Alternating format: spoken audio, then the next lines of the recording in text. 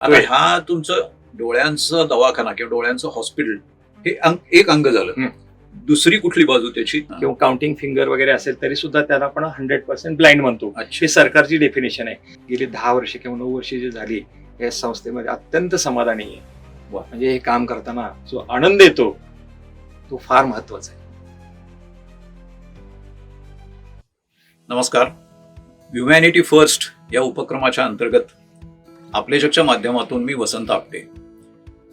आपल्याला माहिती आहे की आपण अशा अनेक सामाजिक संस्था आणि काही मोठ्या व्यक्ती यांचा परिचय करून घेत असतो या उपक्रमामध्ये. तसे आज डॉक्टर नेमिनाथ खोत हे नेत्रविशारद आपल्याकडे आलेले आहेत आणि ते स्वतः नॅब ही जी संस्था आहे, नॅशनल असोसिएशन फॉर ब्लाइंड, म्हणजे अंध लोकांसाठी काम करणारी देशव्यापी संस्था आणि संघटना, त्याचे मिरज केंद्राचे ते प्रमुख आहेत. मेडिकल ऑफिसर म्हणून काम करतात. आज आपल्याला हा विषय नेमका समजून घ्यायचा आहे आणि नॅबचं काम कसं चालतं देश स्तरावरती तेही थोडं समजून घ्यायचंय. डॉक्टर नमस्कार. नमस्कार. आज आपण आलात, सगळ्यांच्या वतीनं स्वागत करतो मी तुमचं. मला एक सांगा पहिल्यांदा की हे नॅब हे बऱ्याच ठिकाणी आपण ऐकतो किंवा काही व्हॅन तुमच्या फिरत असतात, त्याच्यातून ते नॅब दिसतं. नंतर मला माहिती आहे की नॅबचा long form national association for blind, पण ही संस्था कशी स्थापन झाली, कुठं स्थापन झाली? तर देशव्यापी काम असेल तर ते मिरजेत कधीपासून सुरू झालं, काही आपल्याला सांगाल का? नॅब ही संस्था जी आहे ही पूर्ण राष्ट्रव्यापी संस्था आहे. याचे प्रत्येक जिल्ह्यामध्ये एक एक शाखा आहेत. मिरजेमध्ये साधारण 20 वर्षापूर्वी doctor Pathak sir, NR Pathak sir, Mukund Pathak, आम्ही त्यांना मुकुंद पाठक त्यांचं नाव आहे. त्यांनी ही संस्था, म्हणजे आधीचे NR पाठक होते त्यांचे चिरंजीव, त्यांनी ही संस्था स्थापन केली आणि त्या संस्थेमार्फत संस्थेचं उद्दिष्ट असं होतं पहिल्यांदा त्यांनी स्थापन करण्याचा की आपल्या जिल्ह्यामध्ये जे अंध बांधव असतील, संपूर्ण जिल्ह्यामध्ये जे अंध बांधव असतील त्या अंध बांधवाचा शोध घेणे, त्यांना काय प्रिव्हेंटिव्ह अंध झालेले असतील समजा, त्यांना क्युरेटिव्ह समजा आजार असे असतील की अंध ह्यामुळे झालेत, मोतीबिंदूमुळे झालेत, ते बरे करता येतात का, म्हणजे क्युरेटिव्ह सर्व्हिसेस काय देता येतात का, ठराविक कारणामुळे ते अंध होत असतील तर ते ती कारणं शोधून ती प्रिव्हेंटिव्ह करता येतात का. म्हणजे फॉर एक्झाम्पल MIDC मध्ये काम करणारे आहेत, त्यांना इंजुरी होतोय आणि त्यामुळे डोळे जातात किंवा अंध होतात, किंवा व्हिटॅमिन ए डेफिशियन्सी ह्याच्यामुळे सुद्धा झेरॉप्थॅल्मी असा आजार होतो आणि डोळे जातात. असे कारण शोधायची आणि त्या पद्धतीनं त्याच्यावर प्रिव्हेंटिव्ह उपचार करायचं. आणि ह्याच्यानंतर सुद्धा आणखी त्यांचा उदात्त हेतू होता रिहॅबिलिटेटिव्ह, सगळ्यात महत्वाचं. म्हणजे असे जे काही अंध असतील की त्यांच्यावर काही उपचार पण करता येत नाही, प्रिव्हेंटिव्ह पण नाही आणि क्युरेटिव्ह पण नाहीये, अशी माणसं फार आपल्या समाजामध्ये आसपास सगळीकडे होती. आणि अशा माणसाला शोधून त्यांना रोजगार द्यायचा, त्यांचं ट्रेनिंग घ्यायचं. म्हणजे हे डोळ्याचं हॉस्पिटल असं त्याचं स्वरूप कमी आहे. मला वाटतं अंध लोकांसाठी काम करणारी सामाजिक संस्था हो असं त्याचं स्वरूप जास्त आहे. 3 गोष्टीमध्ये त्यांनी इंटरेस्ट घेऊन 3 गोष्टीमध्ये त्यांनी केलेलं आहे. एक हॉस्पिटल म्हणजे ते क्युरेटिव्ह.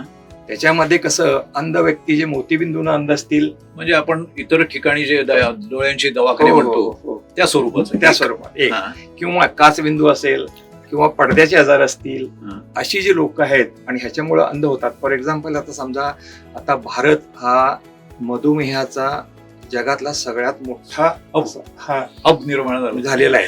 साधारणपणे दर 3 ते 4 माणसामागे एक मधुमेही व्यक्ती आपल्याकडे व्हायला लागली. आणि मधुमेही व्यक्ती कशी निग्लेक्ट करते, कारण मला जर ताप आला तर मी डॉक्टरकडे लगेच जातो, पण मधुमेहाची व्यक्ती जी आहे 10-12 वर्ष मला झाले, मला काय होत नाहीये किंवा मला दुखत नाहीये, त्याचे सिम्पटम्स काय नाहीयेत, त्यामुळे ते निग्लेक्ट करतात. आणि हा मधुमेहाचा सायलेंट किलर म्हणतात त्याला.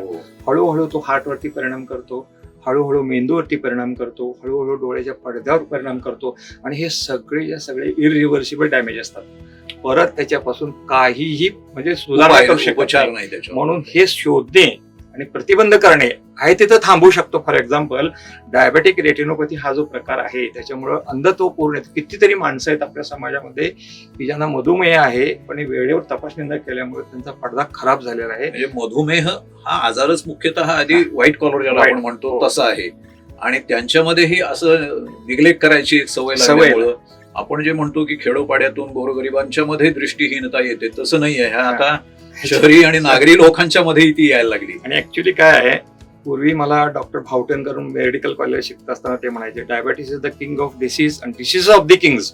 म्हणजे पूर्वी मोठ्या माणसांचा आजार म्हणायचा, पण हे राहिलेलं नाही आता. सर्वसामान्य माणसांना सुद्धा आता शुगरचा किंवा डायबिटीसचा आजार आता होतोय. हा तुमचं डोळ्यांचं दवाखाना किंवा डोळ्यांचं हॉस्पिटल हे एक अंग झालं.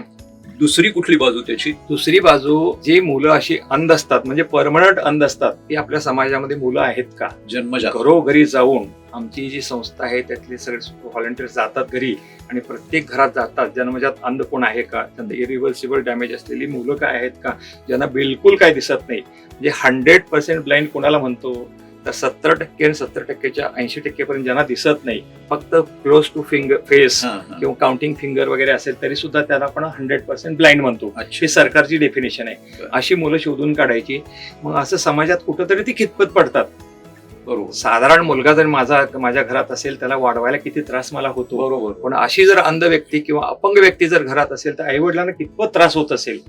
अशा व्यक्तींना शोधायचं. आमची ही अंधांची संस्था असल्यामुळं अशा अंध व्यक्ती पूर्ण ह्याच्यामध्ये शोधतो. साधारण आम्ही एप्रिल, मे, जून ह्या 3 महिन्यामध्ये प्रत्येक घरोघरी सर्वे करतो.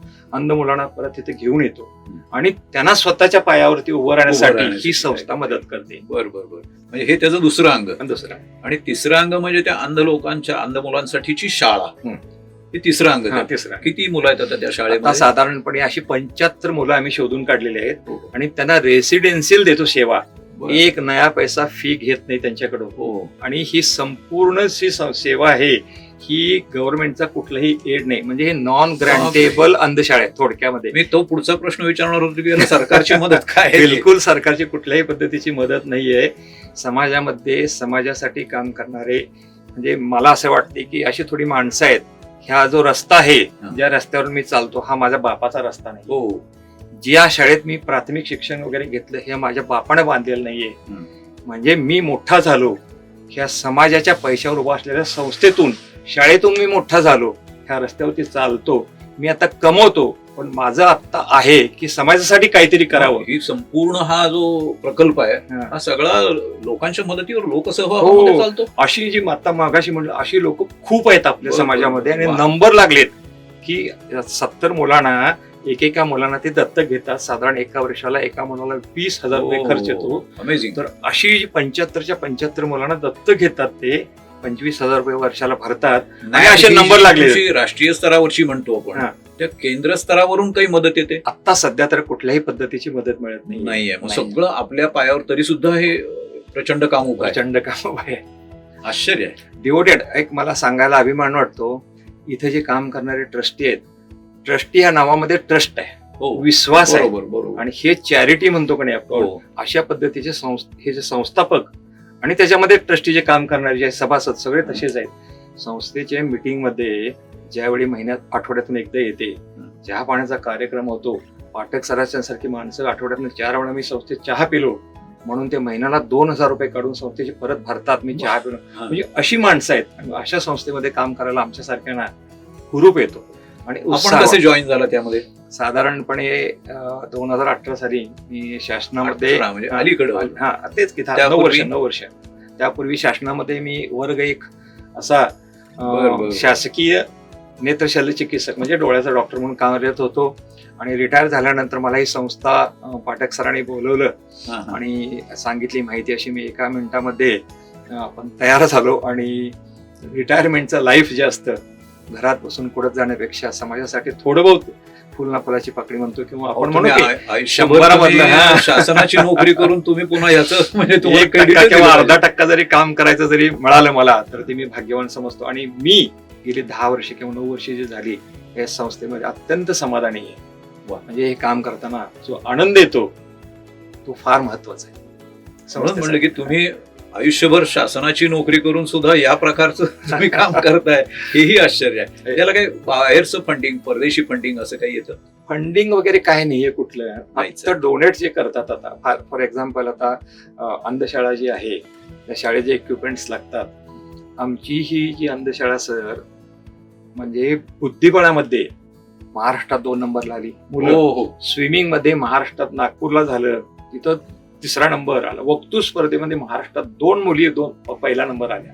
म्हणजे ह्या अंधशाळांच्या अंतर्गत त्यांच्या स्पर्धेमध्ये कृष्णा व्हॅलीचा स्विमिंग पूल जो आहे क्लबचा, ते आम्हाला फ्री देतात. मुलं तिथं जातात, त्यांना शिकवतात, स्विमिंग शिकवलं जातं. एवढंच नाही तर आमची जी अंध मुलं आहेत ते सगळ्या प्रकारची वाद्य वाजवतात. खूप सुरेख आवाज आहे. कधी तर आपण याल तर खूप छान कार्यक्रम त्यांचा काही असा वाद्यवृंद वगैरे आहे तयार केला. तयार केलाय. आता जे पुढे शिकून पुढे गेलेले आहेत ना, बाहेर पडलेले आहेत, हा. पण त्याचा रिहेबिलिटेटिव्ह सर्व्हिसेस म्हणतो ना, म्हणजे संस्था कुणाला तर म्हशी घेऊन द्यायच्या, पूर्वी टाईपरायटिंग द्यायची, कुणाला टेलिफोन द्यायचे, पण आता ते बंद झालेत. आता उदबत्ती तयार करण्याचा कारखाना, मेणबत्ती तयार करण्याचा कारखाना, अशा पद्धतीचं सुद्धा संस्था त्यांना ज्या मदत ठिकाणी करते. ती मंडळी नोकरीला जातात हं. तिथं ती आपल्या डोळस लोकांच्या इतकं हो, काम करू शकणार नाही, पण निदान जवळपास ते करू म्हणजे शकतात. त्यांच्या ठरलेल्या गाईडलाईन्स प्रमाणे बरीचशी अंध मुलं आमच्या बँकेमध्ये सुद्धा काम आले. हो काय? बरेचसे जे शिकून पुढे झालेले आहेत, तर बँकेत सुद्धा काम आले. बरेच चांगल्या चांगल्या हुद्द्यावरती काम आले. बाहेरच्या समाजाच्या, तुमच्या माझ्यासारख्या हं. या लोकांच्याकडे पाहण्याचा एक दृष्टिकोन एकतर दया आणि करुणा अशा कुठतरी मध्ये गोठाळतो. नुसती दया असून काही उपयोग नाही. उपयोग नाही. मला मनात येते ना, अरे बाबा काय रे बाबा याचं, म्हणून ही दया झाली. पण त्या दयेला कृतीची जोड असल्याशिवाय करुणा निर्माण होत नाही. मग ती किती असते की बाहेरच्या समाजामध्ये की या लोकांच्याकडे बघण्याचा दृष्टिकोन, त्यांना दृष्टी असून सुद्धा हा, काही वेगळा आहे का? ऍक्च्युली हे बघितलं गेलं ना, तुम्ही साधारणपणे बघा, समाजाचा दृष्टिकोन थोडासा वेगळा असतो. हो. पण एवढंच, हे सगळ्या समाज सोडा, पण समाजामध्ये अशी सुद्धा माणसं आहेत की जी अशी मुलं बघितली किंवा मतिमंद मुलं बघितली किंवा कुठल्याही फिजिकली हँडिकॅप्ड मुलं बघितली की स्वतःहून पुढे येणारी माणसं सुद्धा खूप आहेत. आणि मलाही हे कधी कळलं की आमच्या संस्थेसाठी मला मुलांच्यासाठी द्यायचं आहे. कुणाचा वाढदिवस असेल तर ते रोख पैसे देतात, ते देतात, आणि जेवणाच्या 2 दिवसाची शिधा सुद्धा देतात. बरोबर. म्हणजे एवढंच नाही तर त्यांना कॉम्प्युटर्स पाहिजे होते मुलांना. आम्ही नुसताच बनशी काका ओसवाल म्हणून आता नॅबचे अध्यक्ष आहेत, ते साधारण आम्ही तर त्यांना म्हणतो की आमच्या संस्थेचे ते कुबेर आहेत. म्हणजे संस्थेला सरकारकडून काही पैसे मिळत नाहीत, पण वय त्यांचा 80 आहे. आणि काका आमचे प्रत्येकाच्या घरोघरी दारोदारी जातात, ते संस्थेची माहिती सांगतात आणि त्यांच्याकडून डोनेशन मिळवण्याचा प्रयत्न करतात. आता नवीन त्यांचा उपक्रम असा होता, काकांनी ठरवलं की ही मुलं आहेत, सामान्य मुलं जी करतात ती आमची मुलं केली पाहिजेत. त्यांना झोपाळा पाहिजे, त्यांना घसरगुंडी पाहिजे, त्यांना गोल गोल फिरायचं रिंगण पाहिजे, त्यांना बाग पाहिजे. काकाने हे ठसकून केलं आणि आत्ता आमच्या पुढच्या महिन्यामध्ये बाग तयार झालेली आहे. म्हणजे इथं वाडीकर मंगल कार्य शेजारी जसं ना महापालिकेने केलंय तशाच पद्धतीनं आपल्याकडे सुद्धा तयार झालंय. काकाने हे डोनेशन बंद केलंय आणि आता उद्घाटन सुद्धा आता लवकरच होईल. एवढंच नाही तर ते कॉम्प्युटर्स आणले त्यांनी. म्हणजे सगळ्याच डायरेक्टरनी, राहुल देशपांडे म्हणून जे आहेत ते हॉस्पिटलकडे फार लक्ष देतात. हॉस्पिटलमध्ये एक त्यांनी सांगितलंय, काही झालं तरी कुठलाही मनुष्य आपल्या दवाखान्यात आल्यानंतर उपचारासाठी पैसे नाहीत म्हणून परत जाता कामा नये. म्हणजे कसं आहे, तुम्ही म्हणाल पैशाचा कसा विषय काढला, तर चॅरिटेबल संस्था आहे, चॅरिटीच्या नियमाप्रमाणे 10% फ्री करायचं असतं, पण आम्ही 50% फ्री करतो. बरोबर. ऑपरेशन 50% फ्री करतो. तुम्ही असं म्हणलात की याला सरकारी मदत किंवा डोनेशन किंवा अनुदान वगैरे काही नसतं. अडथळा काही असतो का सरकारी यंत्रणाचा? कारण तुम्ही सरकारमध्ये काम केलंय म्हणून. ऍक्च्युली कसं असतंय, हा एक नॅशनल प्रोग्राम आहे, जे नॅशनल ब्लाइंडनेस कंट्रोल प्रोग्राम म्हणून NPCB म्हणून एक आहे. त्याच्या गाईडलाईन्स प्रमाणेच डोळ्याचे ऑपरेशन करायला लागतात. कुठल्याही म्हणजे जिल्ह्याचे सिव्हिल सर्जन असतात, ते येऊन पहिला तुमचं ऑपरेशन थिएटर सर्टिफाय करतात योग्य आहे का नाही. कारण काहीतरी झालं तर थोडं बहुत काही झालं तर त्याचा इन्फेक्शन वगैरे होतं, फार मोठा असतो तो, नाजूक आहे. आणि प्रत्येक आता जिल्ह्यामध्ये जरी आम्ही शिबिर घ्यायचं झालं तरी सिव्हिल सर्जनची परवानगी ही लागतच असते.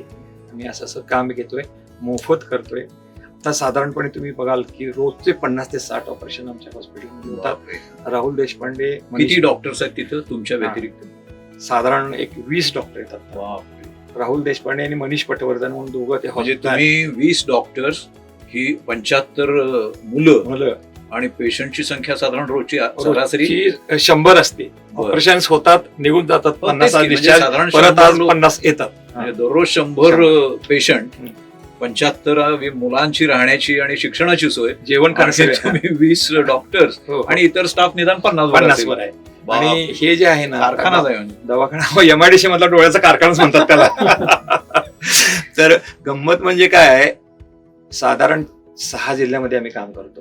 कोल्हापूर, सोलापूर, सांगली, सातारा आणि बेळगाव या ठिकाणी जाऊन जे तुम्ही मगाशी म्हटलं ना, सामाजिक जाणीव ठेवून, मोतीबिंदू हा का तरुणांना होत नसतो. मोतीबिंदू समाजातला मोस्ट निग्लेक्टेड पॉप्युलेशन जे आहे, बरोबर. म्हातारी माणसं जे असतात, त्यांचं कमवतं वय संपलेलं असतं. आणि शहरामध्ये ठीक आहे, मला काहीतरी पेन्शन आहे किंवा काय, पण खेडेगावामध्ये म्हातारे आजी आजोबा शेतकरी असतात, ते दुर्लक्षित असतात. बरोबर. त्यांच्याकडे बघत नाही. अरे मला दिसत नाही रे म्हटलं की काय होतंय तुम्हाला, का बसा, अशा पद्धतीत, कारण काहीच नसतं ना त्यांच्याकडे. आणि अशी निग्लेक्ट जी माणसं असतात, ज्यांना दिसत नाही, अशी माणसं शोधतो. अशा ठिकाणी मी सहाय्य जिल्ह्यात कॅम्प्स अरेंज करतो, तिथल्या पेशंटला तपासतो, सेम दिवसाला गाडीमध्ये घेऊन येतो.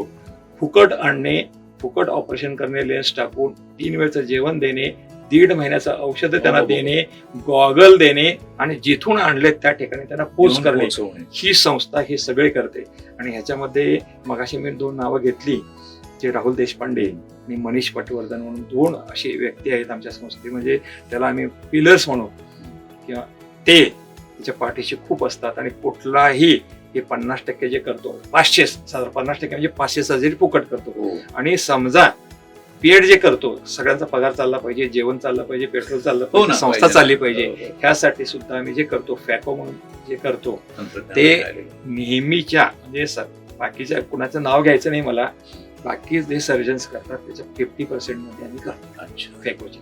मला असं सांगा की आपल्याकडे पूर्वापार असं एखादं दिव्यांग किंवा एखादा वृद्ध व्यक्ती की ज्याला दिसत नाहीये, म्हणजे माझ्यासारखी वात्रट माणसं असतील ती काय दिव्यांग कोणी लंगडा पांगळा असेल तर त्याची चेष्टा करायची, त्याच्यावर हसायचं, असे काही लोक असतात.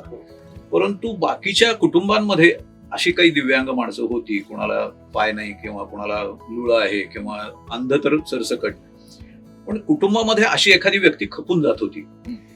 आता ही आपल्या समाजाची रचना जी बदलत गेली, लोक नोकरी मागे धावले, शहरीकरण झालं, गावगाडा सुद्धा आपला बदलला सगळा. अशामध्ये पूर्वापार या अशा अंध किंवा दिव्यांगाकडे जाता येता शेजारी पाजारी किंवा समाज सुद्धा लक्ष देत होता, त्याची गरज कमी होती.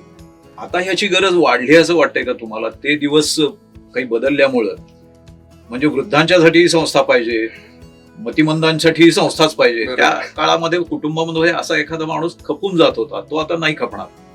मग त्यामुळे ह्याचं महत्व वाढतंय, ते कमी व्हायला पाहिजे की समाजाने ह्याचा फायदा घेतला पाहिजे असं वाटतं? ऍक्च्युली काय झालंय, तुम्ही म्हणता ते अत्यंत रास्त आणि ज्वलंत प्रश्न आहे सामाजिक. आता स्वतःच्या आई बापाला सुद्धा बघणं आता मुश्किल झालेलं आहे. हो ना.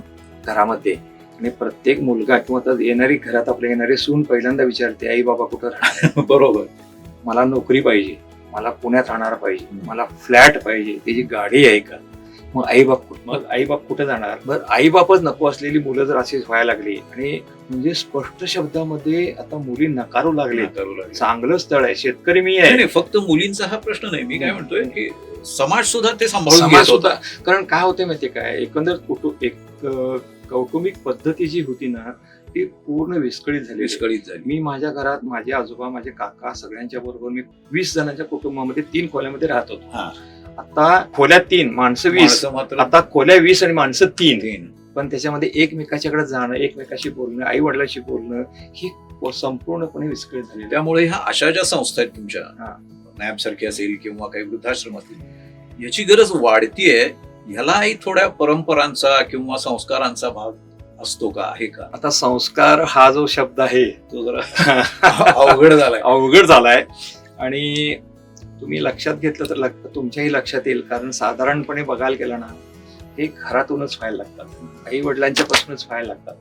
पण नुसता घरातले संस्कार सुद्धा महत्वाचे, गुरुजनांचे पण संस्कार महत्वाचे, समाजाचा राहणारा शेजारी त्याचे सुद्धा संस्कार, तो कसा वागतो. ही मुलं जी आहेत आता, तरुण पिढीला नावं ठेवायचं आमचं नाहीये मत, पण हे सगळं बघतात ते. हो ना. आणि बघतात आणि ते आत्मसात करायला बघतात. आणि आता फॉर एक्झाम्पल आमच्याच घरातलं जर उदाहरण बघितलं की नातवाला ज्यावेळी तुम्ही मुलं सांगतात की तू टीव्ही बघू नकोस, मोबाईल बघू नकोस, आणि तुम्ही मोबाईल स्वतः मात्र बघत बसला, तू पुस्तक वाच म्हणायचं आणि आपण टीव्ही बघत बसायचं, हे होत नाहीये. आणि हे सगळं मुलं बघतात आणि न कळत शिकतात. बरोबर. आणि माझा मुलगा कसा वागतो, माझा बाप कसा वागतो, ही मुलं बघतात त्याच पद्धतीनं. नाही, पण मग या पार्श्वभूमीवर ही या शाळेतली तुमच्या जी मुलं आहेत ती कॉन्फिडेंटली अशा आत्मविश्वासानं बाहेर पडतात? 100% कॉन्फिडेंटली बाहेर पडतात. तुम्ही आल्यानंतर मुळात बघा, चालणं, बोलणं, मुलं ज्यावेळी क्रिकेट खेळतात तिथे या हो. अंध मुलांना तुम्ही म्हणाल क्रिकेट कशी खेळतात, बरं. तर ते बॉल आहे त्याच्यामध्ये घुंगरू असतात. हा, बॉल असा सरपटी टाकतो, बरोबर त्याच्या आवाजानं तो बॅट मारतो, बरं. आवाजाच्या दिशेने जातात, मुलं पकडतात, चेंडू बरोबर थ्रो करतात. हे जे आहे ना, ही संस्था आमची मुलांना सांगितलं तुम्हाला मागाशी, एकही असं जो डोळस मुलगा करतोय आणि ते आमच्या अंध मुलाला मिळत नाही, ही सगळ्या गोष्टी इथं केल्या जातात. तिथं दिल्या जातात. फॉर एक्झाम्पल दिवाळी असू दे, गणेश उत्सव असू दे, 10 दिवस गणपती बसवला जातो. परवाचीच आपली आषाढी एकादशी वारी झाली. वारीला आम्ही पालखी तयार केली, सगळ्यांना तसा ड्रेस, टिळा, टाळ, मृदुंग सगळं घेऊन वाजवत इथून आपल्या शाळेपासून मिशन असतो. म्हणजे थोडक्यात त्यांना असं कुठं आपल्याला अधूपण हा, असं त्यांच्या जाणवू दे. मनावर जाणवूच द्यायचं नाही. बिलकुल त्याला आत्मविश्वासानं सगळ्यांच्या बरोबर मिसळता आलं पाहिजे. तुम्ही- परंतु समाज त्यांच्याकडे बघताना, माझ्यासारखा माणूस त्यांच्याकडे बघताना पुन्हा एक थोड्याशा कमीपणानं, हीनतेनं, दुर्बळतेनं असं बघतो का? समाज हा बघतो, पण त्याला समाजाचंच परिवर्तन झालं पाहिजे. म्हणजे मी काय करू शकतो हे दोन्ही मी करू बाजू आहेत. शकतो. हा, म्हणजे आता एखादा मुलगा ज्यावेळी डोळस मुलगा ज्यावेळी येतो आमच्या शाळेमध्ये, तर माझ्या मुलीचा मुलगा मी घेऊन आलो होतो.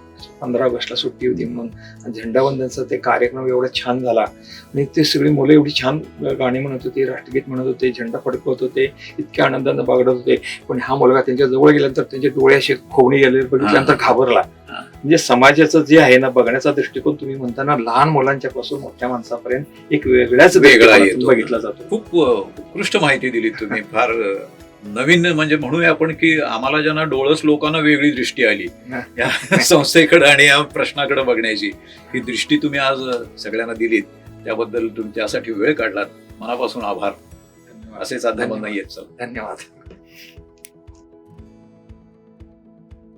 धुंधला है जहान इनके लिए, रोशनी और रंग क्यों है नाराज इनसे, स्पर्श से ही जानते हैं चलना, खेलना और ठहरना। इनके भी संगीत में सप्त सुर है, दिल से झनकार इनके भी उठती है।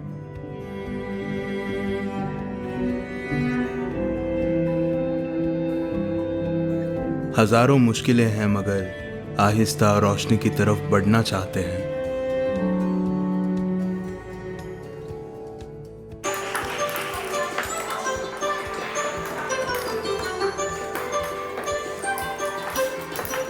एक दूसरे को सहारा देकर बेसहारा जिंदगी आगे बढ़ाना चाहते हैं। स्पर्श से ही अक्षर सीख रहे हैं, लड़खड़ाती जिंदगी की डोर सवार रहे हैं, फिर भी इनके चेहरे पर ये मुस्कान कहाँ से आती है।